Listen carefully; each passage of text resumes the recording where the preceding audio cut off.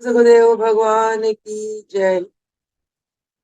योग योगेश्वर महापुर रामलाल जी, योग मार्तंड मुल्केश्वर भगवान, हम सभी के प्राणाधार सतरूप सदगुरु स्वामी योगेंद्र महाराज जी के श्री चरणों में हम सभी बच्चों का साष्टांग धन्यवाद प्रणाम स्वीकार करें। आइए प्रभु जी की कृपा करुणा आशीर्वाद से सत्संग आरंभ करते हैं। हमारे प्रभु जी ने हमें जीवन को दिव्य बनाने के लिए, जीवन को मोह माया से हटाकर परमार्थ के मार्ग में आगे बढ़ाने के लिए, और इस प्रकार हम जीवन को ऐसा बनाए कि हम परमात्मा की प्राप्ति की ओर धीरे धीरे आगे बढ़े। महाराज जी ने हमें बहुत अनमोल ज्ञान दिए, और हर रोज हम लोग सत्संग में उन्हीं ज्ञान का चर्चा करते हैं। हर ज्ञान के पीछे हम यही देखते हैं, महाराज जी का एक ही भाव है कि हम इस मनुष्य चोले को सफल बना लें और परमात्मा को प्राप्त कर लें। जीव परमात्मा के बिना एक पल भी नहीं रह सकता। हर एक जीवात्मा अंतरात्मा से परमात्मा को पुकारती है, याद करती है, परंतु परमात्मा को पाए कैसे, उसकी युक्ति हमें गुरुदेव सिखाते हैं। और अगर हम गुरुदेव के कृपा करना आशीर्वाद से उनके दिखलाए हुए रास्ते को अपना लें, उनके ज्ञान को अपने अंतःकरण में बिठाकर उसका मनन करें और उनके ज्ञान के अनुसार हम अपना जीवन को चलाएं, तो परमात्मा हमसे दूर नहीं, ना हम परमात्मा से दूर, ना परमात्मा हमसे दूर। तो ऐसे हर रोज हम सत्संग जो सुनते हैं, ऐसे ही लगता है कि जैसे हम अगर महाराज जी के इन अनमोल वचनों को जीवन में उतार ले तो हम आसानी से परमात्मा को प्राप्त कर सकते हैं, जीवन को सुखी बना सकते हैं। हर रोज महाराज जी बहुत अनमोल ज्ञान देते हैं। आज जो महाराज जी 5 अनमोल रतन बख्श रहे हैं, उनमें से सबसे पहला रतन है कि हमें परमात्मा की प्राप्ति के लिए हर पल तत्पर रहना चाहिए। उसके लिए आलस या प्रमाद नहीं करना चाहिए।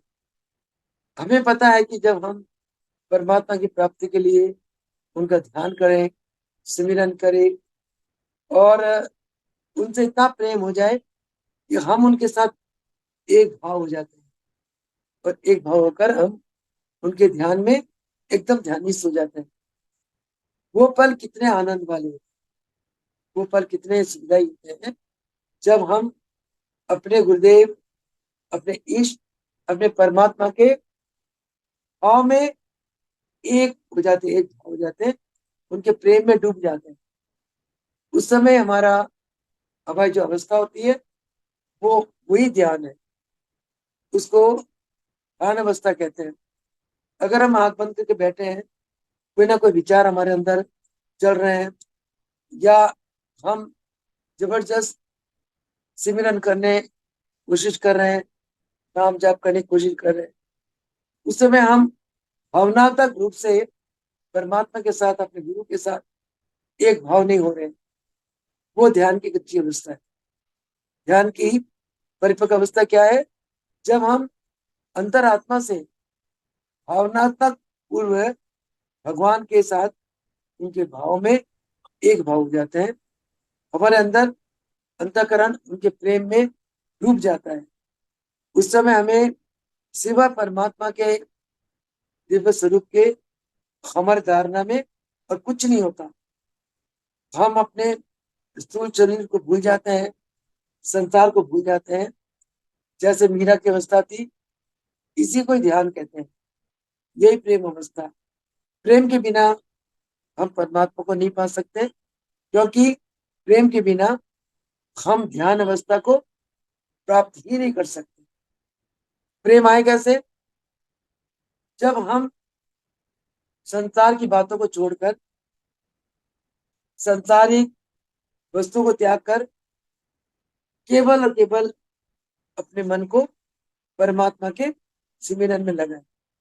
तो महाराज जी फरमाते हैं कि अगर तुम ये सोचते हो कि परमात्मा की चिंतन, उनका सिमरन मैं अगले घंटे में कर लूंगा, बाद में कर लूंगा, कल कर लूंगा, तो कहते हैं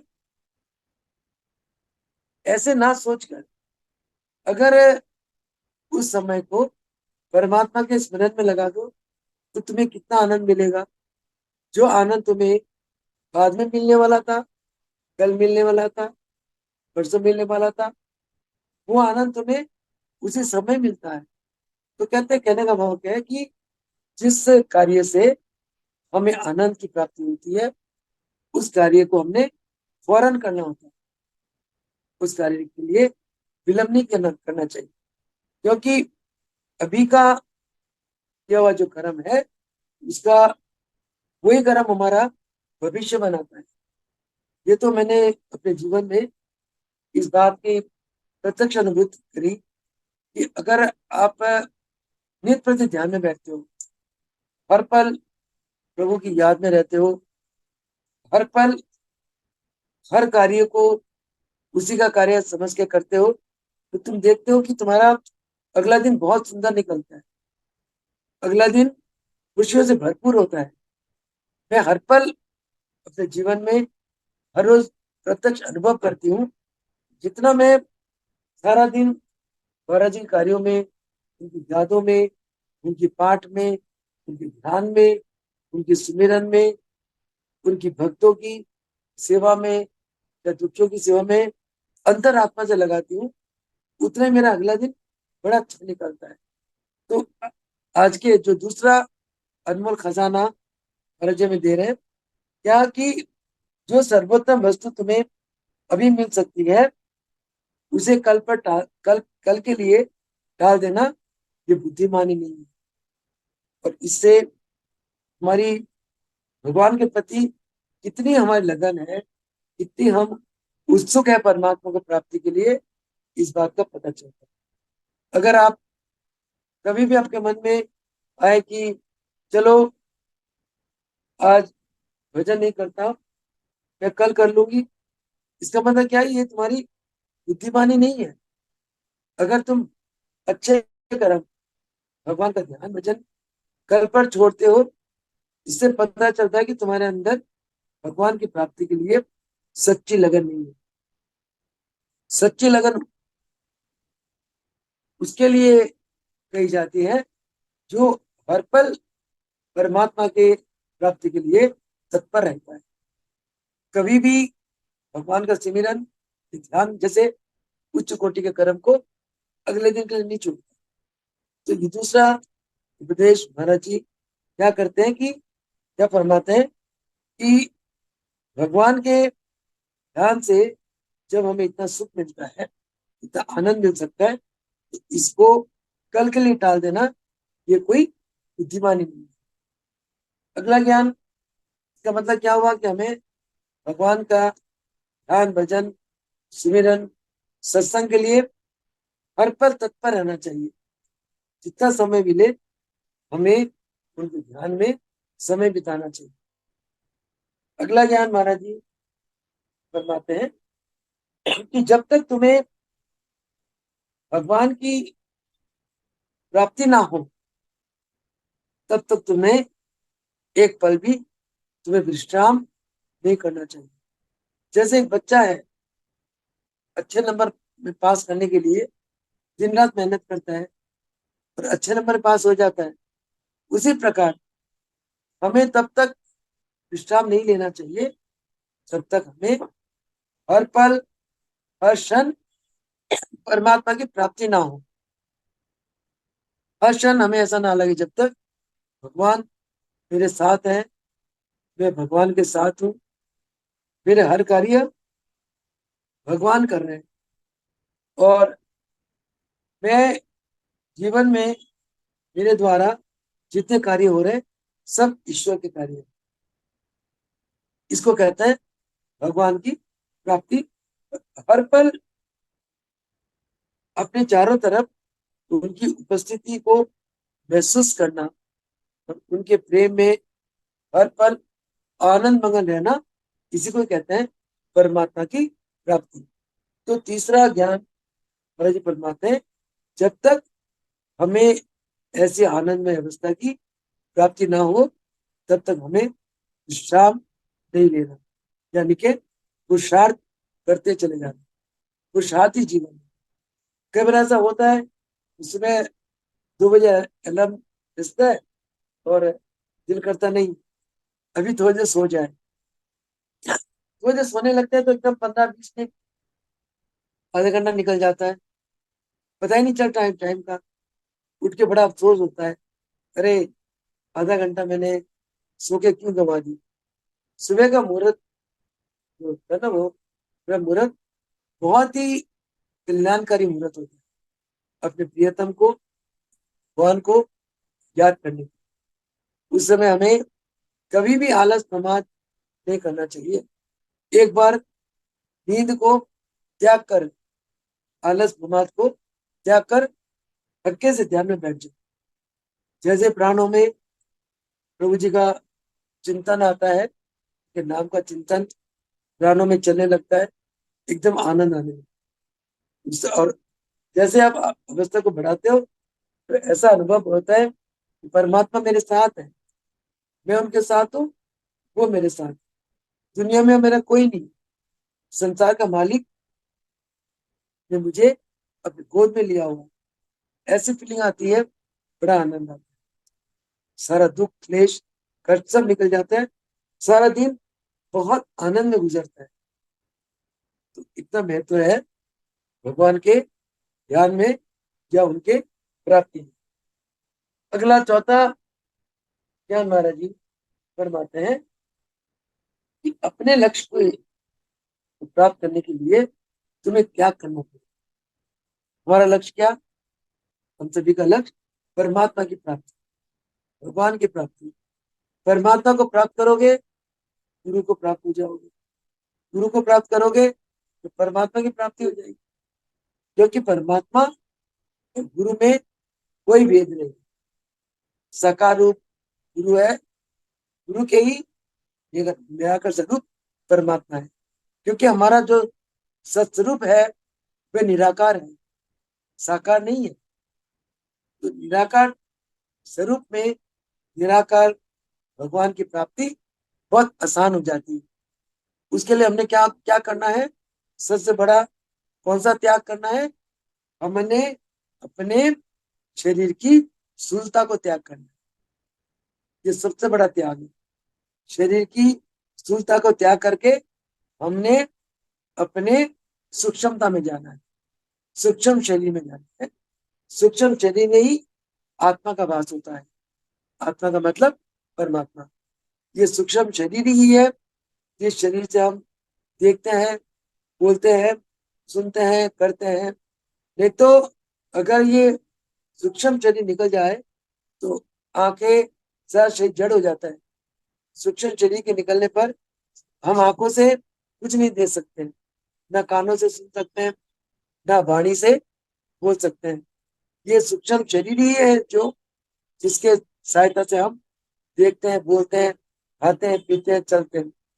तो इसी शरीर में आत्मा का वास होता है। महाराज जी फरमाते हैं, परमात्मा को प्राप्त करने के लिए हमने अपनी स्थूल शरीर को, यानी कि स्थूलता को, स्थूल पदार्थों को त्यागना और सूक्ष्मता को अपनाना होगा। सूक्ष्म पदार्थ, सूक्ष्म पदार्थ क्या है? आनंद, प्राण, जाप, भाव, प्रेम, ये सब सूक्ष्म पदार्थ है। इनको हमने अपनाना है। ये सबसे बड़ा त्याग है। शरीर का त्याग इतना आसान नहीं होता, अभ्यास हो जाता। तभी महाराज जी फरमाते हैं कि तुम अभ्यास में बैठो, बैठकर अपने चेतना को सूक्ष्म स्थूल शरीर से हटाकर सूक्ष्म शरीर, सूक्ष्म शरीर में ही तुम परमात्मा को प्राप्त कर सकते हो। और सूक्ष्म शरीर में आकर तुम इतनी ऊपर उठ जाओ कि तुम स्थूल शरीर को त्याग करके सूक्ष्म शरीर से अंतराल जगत में भ्रमण कर सकते हो, देवी देवता के दर्शन कर सकते हो, सदगुरु भगवान के दर्शन कर सकते हो, उच्च उच्च आत्माओं के दर्शन कर सकते हो। सूक्ष्म शरीर में इतनी शक्ति होती है, परंतु इसके लिए दिन रात अभ्यास चाहिए। एक जन्म नहीं, दो जन्म नहीं, तीन जन्म नहीं, इतने ही जन्म लग जाए, हमने अभ्यास को नहीं छोड़ा। क्योंकि ये अभ्यास जो है ना, ये हमारे जो अंदर है, बुद्धि में एक चिप होती है, ये अभ्यास इस चिप में इकट्ठी होती रहती है। हमारा किए हुए अभ्यास सूक्ष्म शरीर में एकत्रित होता रहता है। जब हम शरीर छोड़ते हैं, स्थूल शरीर छूट जाता है, स्थूल शरीर के साथ स्थूल जगत भी छूट जाता है। परंतु और स्थूल जगत की पढ़ाई हो, चाहे धन हो, चाहे प्रॉपर्टी हो, चाहे संबंध हो, सब छूट जाते हैं स्थूल शरीर के साथ। सूक्ष्म शरीर अजर है, अमर। हमारा किया हुआ अभ्यास सूक्ष्म शरीर में रहता है। हमारे किए हुए शुभ कर्म, अच्छे कर्म, दान भजन सब सूक्ष्म शरीर में रहता है। सूक्ष्म शरीर जब स्थूल शरीर को जो छोड़ के जाता है, तो उसे अपने कर्मों का फल मिलता है। तो उसी से हमारा अगला जीवन, अगला जन्म, इसका निर्णय होता है। तो महाराज जी फरमाते हैं कि इस त्याग के लिए तुम्हें संसार छोड़ने की आवश्यकता नहीं। तुम्हें हिमालय में जाकर वहां भजन करने की आवश्यकता नहीं। इस त्याग के लिए तो तुमने अपने मन को सीमित, मन को स्थूल जगत से सूक्ष्म जगत में लेकर जाना।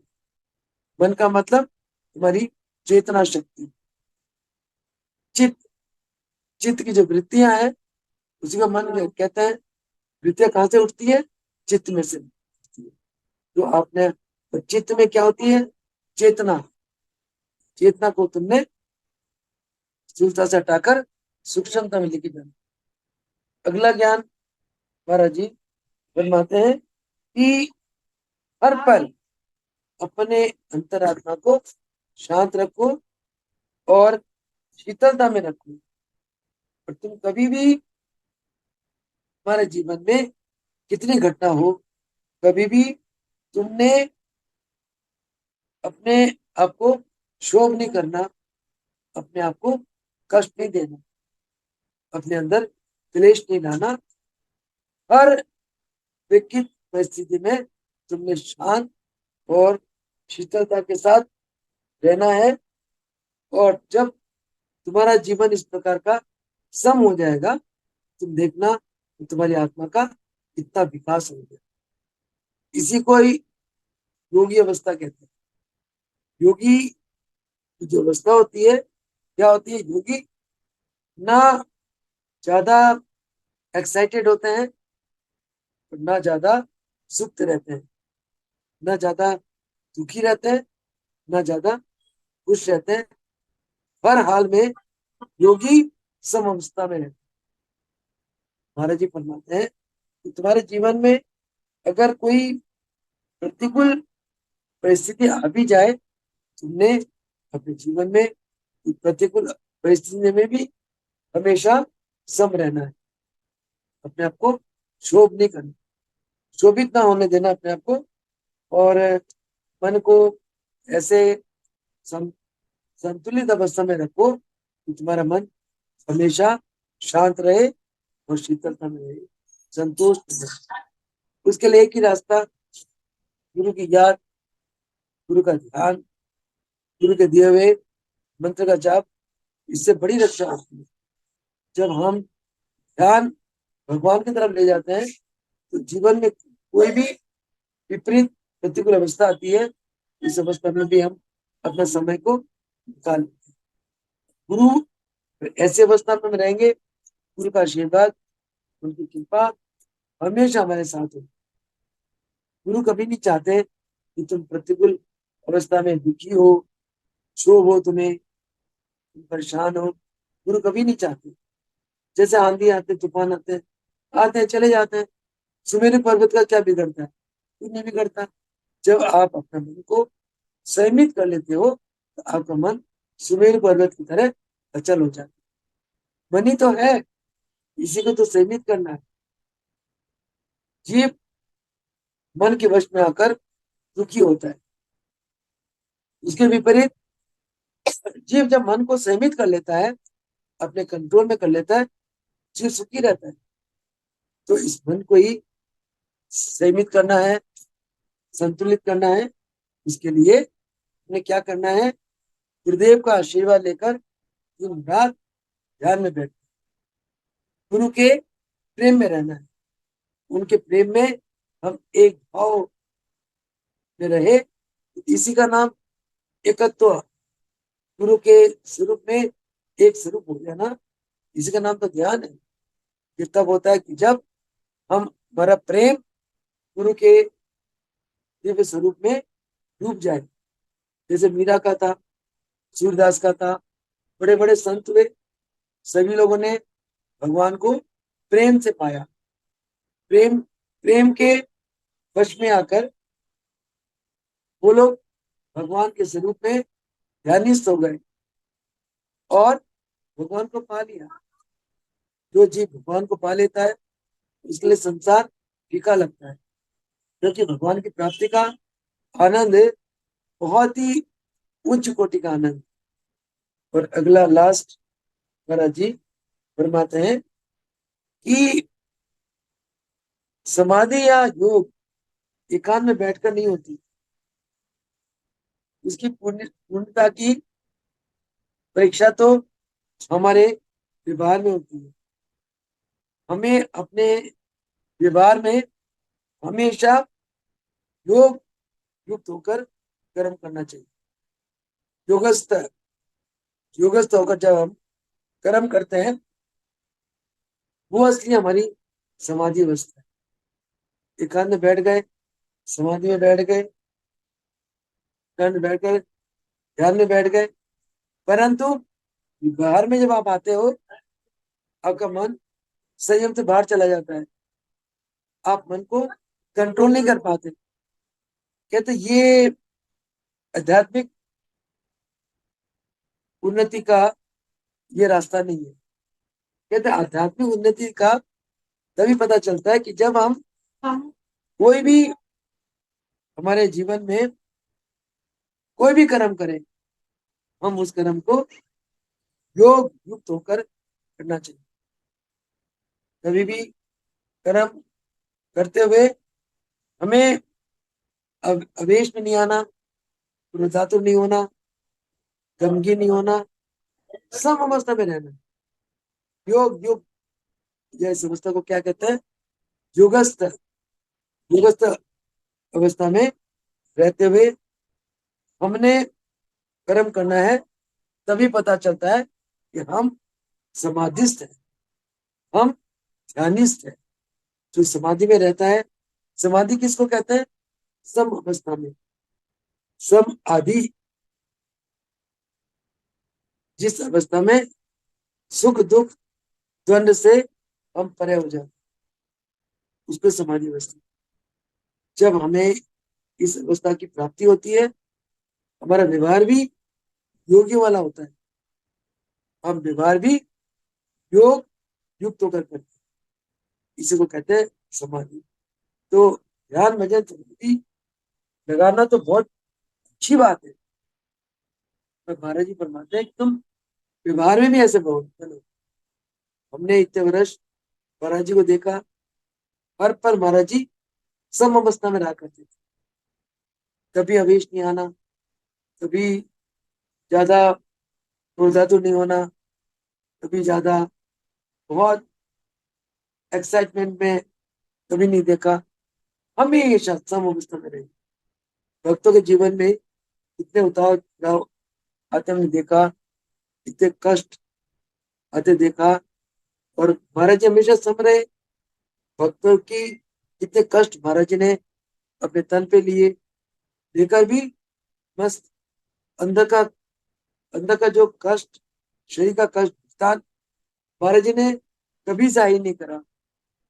हर पल हंसते मुस्कुराते सम अवस्था में रहते थे। क्योंकि वो पूर्ण योगी रहे। तो ऐसा एक अनुभव उन्होंने अपने जीवन में किया। तो वही अपनी अनुभव पर, अनुभूति के आधार पर महाराज जी हमें ऐसा ज्ञान देते हैं। हमें भी ऐसे उनकी तरह बनना है। ये सभी तभी संभव होगा जब आप संकल्प करोगे कि मैंने योगी बनना है, मैंने योगस्थ होकर कर्म करना है, मैंने ध्यान भजन करना है, मैंने प्रभु के प्रेम में बैठना है, उनके प्रेम में एक भाव हो जाना है उनके साथ, और मैंने सत्कर्म करना है, अपने स्वार्थ को पीछे रखकर परहित में रहना है, मन वचन कर्म से किसी को नहीं दुखाना। कोई गलत करता भी तो है, हमने उसको क्षमा करना है, उसको माफ करना है, उसको अज्ञानी समझ। इस प्रकार का जब हम संकल्प करेंगे तो प्रभु जी हमारे साथ हैं, तो हमेशा हमें आशीर्वाद देंगे। पहले हम संकल्प तो करें अच्छे बनने का, आत्मा का विकास का। हमने ऊंचाइयों में जाना है, ऊंचाई में नहीं जाना। हमेशा हमने पॉजिटिविटी में रहना है, निगेटिविटी में कभी नहीं रहना। जैसा तुम सोचते हो ऐसा ही बन जाते हो। आत्मा तुम्हारे विचारों के अनुसार ही चलती है। तो अपने आत्मा को ऊंचाइयों में लेके जाना है। इसके लिए गुरु की कृपा, गुरु का आशीर्वाद और गुरु के बतलाए हुए दो साधना का, इन्हीं शब्दों के साथ आज का सत्संग को विराम देते हैं।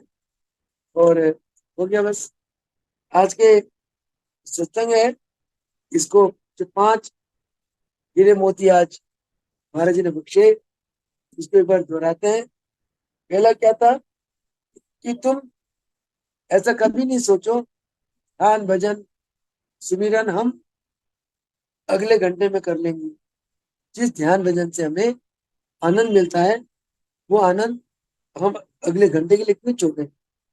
उस आनंद को वर्तमान में प्राप्त करो, वर्तमान में ही उस आनंद में तुम मगन रहो। और भगवान अपनी वृत्ति को भगवान के प्रेम में डुबो दो। तुम देखो तुम्हें तत्क्षण आनंद की प्राप्ति हो। अगला ज्ञान भरत जी फरमाते हैं कि तुम्हें जो वस्तु अभी मिल सकती है उसको कल के लिए टालना बुद्धिमानी नहीं है। तुम जब भी भगवान के प्रेम में बैठो, उसी टाइम आनंद मिलता है। तो भगवान में के प्रेम में बैठा तुम कल के लिए मत टालो, वो कोई बुद्धिमानी नहीं है।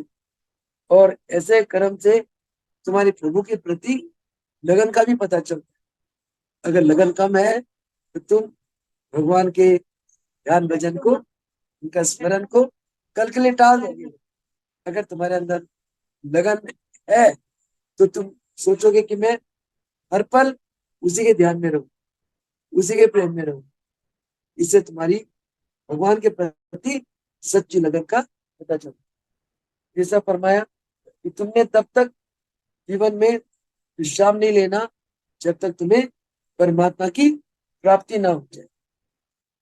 यानी कि हर पल हर क्षण तुम परमात्मा की यादों में ना गुजरे, तब तक तुमने अपने जीवन में विश्राम नहीं लेना। अगला है कि अपने लक्ष्य की प्राप्ति के लिए तुम्हें क्या त्यागना है। अपनी चित्त को स्थूलता से हटाकर, स्थूल जगत से हटाकर सूक्ष्म जगत में लेना। ये बहुत सबसे बड़ा त्याग है। घर छोड़कर हिमालय में जाना ये कोई त्याग नहीं है। त्याग वो है चित्त को स्थूलता से हटाकर सूक्ष्मता में ले जाना। अगला महाराज जी फरमाते हैं कि हर हाल में, हर अवस्था में, हर कार्य में तुमने अपनी अंतरात्मा को शांत और शीतल रखी, कभी उसमें शोभ आने नहीं दे। लास्ट महाराज जी फरमाते हैं कि एकांत में बैठकर समाधि में बैठना, एकांत में बैठकर योग अभ्यास करना या समाधि में चले जाना, वो कोई तुम्हारी पूर्णता की परीक्षा नहीं है। पूर्णता की परीक्षा कब होती है? तुम्हारे व्यवहार में। व्यवहार में जब विषम परिस्थिति आती है, उसमें भी अगर तुम संतुलित रहते हो, सम अवस्था में रहते हो, योगस्थ, योग युक्त रहते हो, योग युक्त होकर रहते हो, ये तुम्हारी पूर्ण अवस्था की पूरी पहचान है। जब तुम अपनी आत्मा में पूर्ण बन जाते हो तो तुम्हारे हर कर्म योग युक्त होता है। तुम यानी कि हर कर्म तुम बैलेंस के साथ करते हो। व्यवहार में तुम कभी ना ऊपर होते हो, ना नीचे होते हो, ना पॉजिटिव होते हो, ना नेगेटिव। व्यवहार में तुम सम रहते हो। उससे तुम्हारी पूर्ण प्रकृति पता चलती है। ये पांच महाराज ने छह छह अनमोल रत्न आज बख्शे हैं, और हम इन अनमोल रत्नों को पाकर बहुत धन हो गए। गुरुदेव के चरणों का बार बार शुक्राना करते हैं। गुरुदेव ने हमें सुंदर जीवन जीने के लिए, परमात्मा की प्राप्ति के लिए हम कैसे आगे बढ़ सकते हैं, इसके लिए बड़े अनमोल ज्ञान दिए। तो अंत में हम प्रभु जी से ये प्रार्थना करते हैं कि प्रभु जी ऐसी कृपा करो कि आपके दिए हुए ज्ञान हम अपने जीवन में उतारें। आप जो चाहते हो हम आपकी प्रसन्नता के अनुसार ऐसा ही बने। इन्हीं प्रार्थना के साथ आज के सत्संग को समाप्त करते हैं। आप सभी भक्तों का बहुत बहुत शुक्राना है कि इतना समय अपनी शांति से महाराज की वचन सुने। गुरुदेव का शुक्राना है, गुरुदेव ने इस बच्ची को आप तक उनके ज्ञान पहुंचाने की एक सेवा बख्शी है। और इन्हीं शब्दों के साथ आप सत्संग को ध्यान देती हूँ। आप सभी भक्तों को जय श्री। वो सकुदेव भगवान की